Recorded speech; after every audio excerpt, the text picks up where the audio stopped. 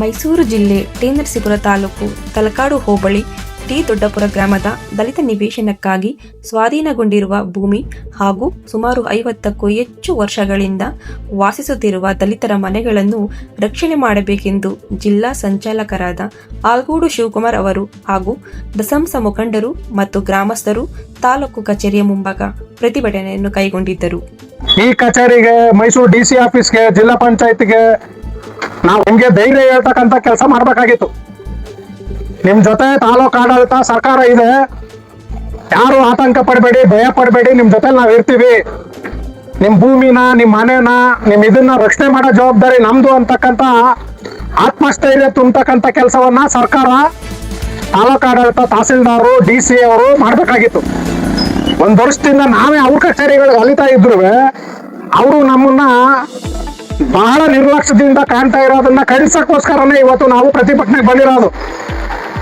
ಹಂಗಾಗಿ ನಾವು ಶಿಸ್ತಾಗಿ, ಅವರು ಒಂದು ಸೂಕ್ಷ್ಮ ಪ್ರಜ್ಞೆ, ದಲಿತರು ತಲತಲಾಂತರದಿಂದ ವಿದ್ಯೆಯಿಂದ ವಂಚಿತರಾಗಿರೋರು, ಶಿಕ್ಷಣದಿಂದ ವಂಚಿತರಾಗಿರೋರು, ಆರ್ಥಿಕ ಸಂಪನ್ಮೂಲಗಳಿಂದ ವಂಚಿತರಾಗಿರೋರು, ಇವ್ರನ್ನ ಈಗಲೂ ನಾವು ನೋಯಿಸಬಾರ್ದು. ಈಗಲಾದ್ರೂ ಒಂದು ನಮ್ಗೆ ಜವಾಬ್ದಾರಿ ಇರೋ ಸರ್ಕಾರಗಳಾದ್ರೆ ನೊಂದಿರ್ತಕ್ಕಂಥ ತಲತಲಾಂತರದಿಂದ ನೊಂದಿರ್ತಕ್ಕಂಥ ಜನರಿಗೆ ನಾವು ರಕ್ಷಣೆ ಕೊಟ್ಟು ಅವ್ರನ್ನ ಕಾಪಾಡ್ತಕ್ಕಂಥದ್ದು, ಅವರು ಆತಂಕದಲ್ಲಿ ಜೀವನ ಮಾಡದೇ ಇರೋ ತರ ಧೈರ್ಯವಾಗಿ ನೆಮ್ಮದಿಯಾಗಿ ಜೀವನ ಮಾಡೋದನ್ನ ನೋಡ್ಕೊಳ್ತಕ್ಕಂಥದ್ದು ಸರ್ಕಾರದ ಕೆಲಸ ಅಂತ ಹೇಳಿ ಅವರು ಇಷ್ಟರಲ್ಲಾಗಲೇ ಮಾಡ್ಬೇಕಾಗಿತ್ತು. ಅಧಿಕಾರಿಗಳ ಕಣ್ತಪ್ಪಿನಿಂದ ಆಗಿರುವಂತದ್ದು, ಅಲ್ಲಿ ಯಾರೋ ದಲಿತರು ಸ್ವಯಂಕೃತ ಅಪರಾಧ ಎಲ್ಲ ಇದೆ.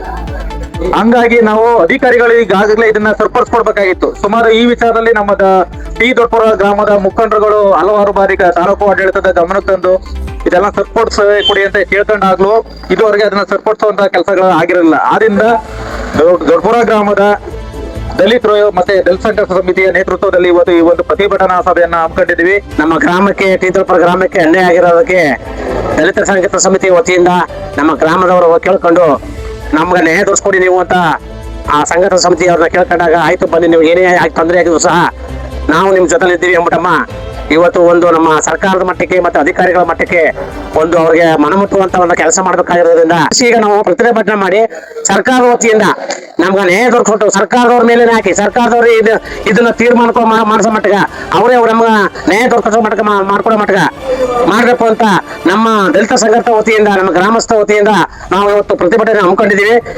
ಸುಮಾರು ಈ 62 ವರ್ಷ, 61 ವರ್ಷ, 62 ವರ್ಷ ಆಯ್ತಾ ಇದೆ. ಹಾಲಿ ಇದೆ ಎಲ್ಲ ಮನೆ ಕಟ್ಕೊಂಡು ಸರ್ಕಾರ ಸೌಲಭ್ಯಗಳು ಕೊಡ್ತು. ಫಸ್ಟ್ ಮಣ್ ರೋಡ್ ಇತ್ತು, ಮಣ್ ರೋಡ್ನಿಂದ ಮೊಟ್ಟ ಮೊದಲು ಚಪಡಿ ಜಲ್ಲಿ ಕೊಟ್ಟರು, ಈಗ ಗಲ್ಲಿಯ. ಅದಾದ ನಂತರ ಗಲ್ಲಿ ಕಿತ್ತಾಕ್ಬಿಟ್ಟಾಗ ಸಿಮೆಂಟ್ ಗಲ್ಲಿ ಮಾಡಿದ್ರು ಸರ್ಕಾರ. ಅದಾದ ನಂತರ ಎಲ್ಲ ರೋಡ್ ಮಾಡಿದ್ರು, ವಿದ್ಯುತ್ ಕೊಟ್ಟರು, ಮತ್ತೆ ಕುಡಿಯೋ ನೀರನ್ನ ನೆಲ್ಲಿ ಕೊಟ್ಟರು. ಎಲ್ಲ ವ್ಯವಸ್ಥೆ ಆದ್ಮೇಲೆ ಇವಾಗ 61 ವರ್ಷದಿಂದ ಕೊಟ್ಟಂತ ಸೈಟ್ನಲ್ಲಿ ಇವತ್ತು ನಮ್ಮ ನಂಜಯ ಅಂತಕ್ಕಂಥವ್ರು ಬಂದು, ಅವ್ರ ಮೊಮ್ಮಗ, ಚಿಕ್ಕಪುಟ್ಟೇಗೌಡ್ರ ಮೊಮ್ಮಗ, ಅವ್ರ ಮೊಮ್ಮಗ ಬಂದು ಇವಾಗ ನಮ್ದು ಇದು ಜಮೀನು, ಇದನ್ನ ಬಿಟ್ಕೊಡ್ಬೇಕು ಅಂತೇಳಿ ಈಗ ಅಲ್ಲಿ ಒಂದೆಲ್ಲ ಪಂಚಾಯತಿ ತಿಳಿಸಿ, ತಾಲೂಕು ಆಫೀಸ್ ತಿಳಿಸಿ, ನಾವು ತಾಲೂಕು ಆಫೀಸು ಮತ್ತೆ ಪಂಚಾಯತಿ, ಮೈಸೂರು DC ಆಫೀಸ್, AC ಆಫೀಸ್ಗೆಲ್ಲ ಹೋಗಿ ಬಂದು ಹೊರತಿಂದು ನಮ್ಮ ತಹಸೀಲ್ದಾರ್ ಸಾಹೇಬ್ರಿಗೆ ಮತ್ತೆ DC ಅವ್ರಿಗೆ, AC ಅವ್ರಿಗೆ ಎಲ್ಲ ನಾವು ಮನವಿಯನ್ನು ಸಲ್ಲಿಸಿದ್ವಿ.